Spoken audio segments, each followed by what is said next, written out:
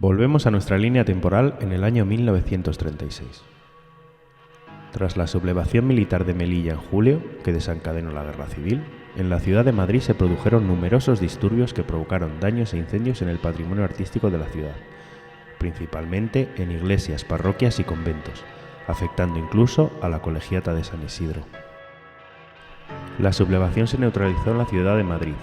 que permaneció fiel al gobierno de la República, pero el avance del bando sublevado sobre la capital con la intención de ocuparla provocó que pronto se sucedieran los primeros asedios y bombardeos. Uno de los ataques más importantes que afectó al patrimonio madrileño se produjo el 16 de noviembre de 1936.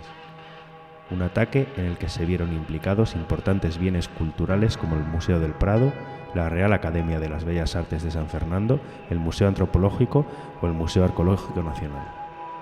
Durante los años siguientes y hasta el final de la guerra, se produjeron numerosas batallas a lo largo y ancho del país, muchas de ellas en los alrededores de Madrid, que estuvo sitiada por varios de sus flancos y sufrió numerosos bombardeos hasta el final de la guerra. Pero realmente en las calles de Madrid no se llegaron a producir combates de cuerpo a cuerpo. Durante la guerra, el obrador de Viera Capellanes en la calle Martín de los Heros estuvo incautado y militarizado, dedicándolo a la fabricación de chuscos de pan para el avituallamiento de las tropas que defendían Madrid. Y prácticamente todo el personal de confianza que allí trabajaba fue distribuido en otras zonas de la capital. En el caso de mi propio abuelo, Antonio Orense Fernández, que sale en esta foto,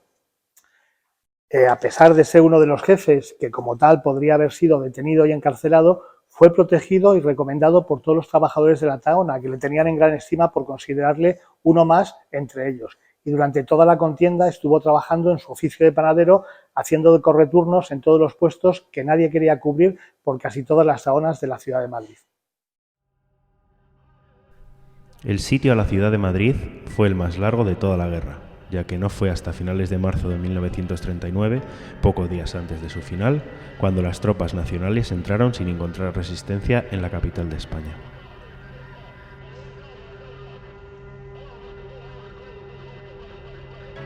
Uno de los edificios que había formado parte del Madrid prebélico y que fue destruido durante la contienda fue el cuartel de la Montaña.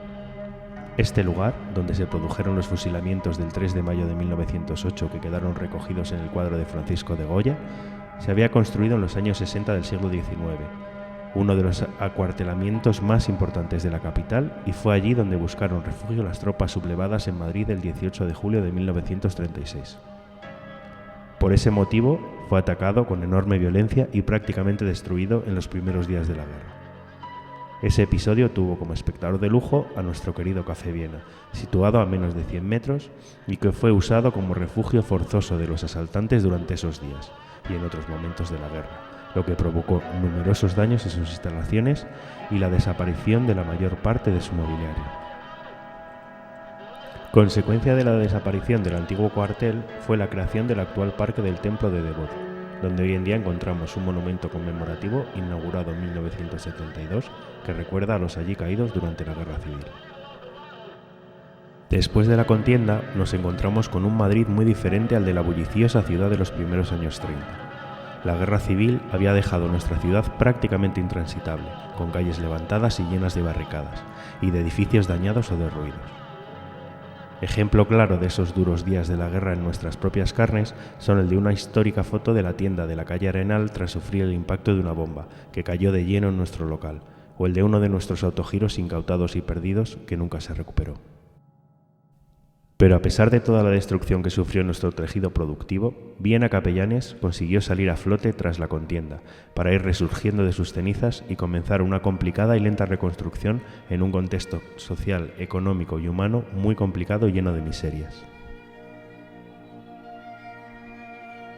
Muy lentamente, Viena Capellanes consiguió retomar su actividad y poner en marcha hasta 12 tiendas en poco menos de 3 años, con un modelo de negocio de supervivencia en el que nuestra actividad tradicional se mezclaba con la apariencia de una tienda de ultramarinos.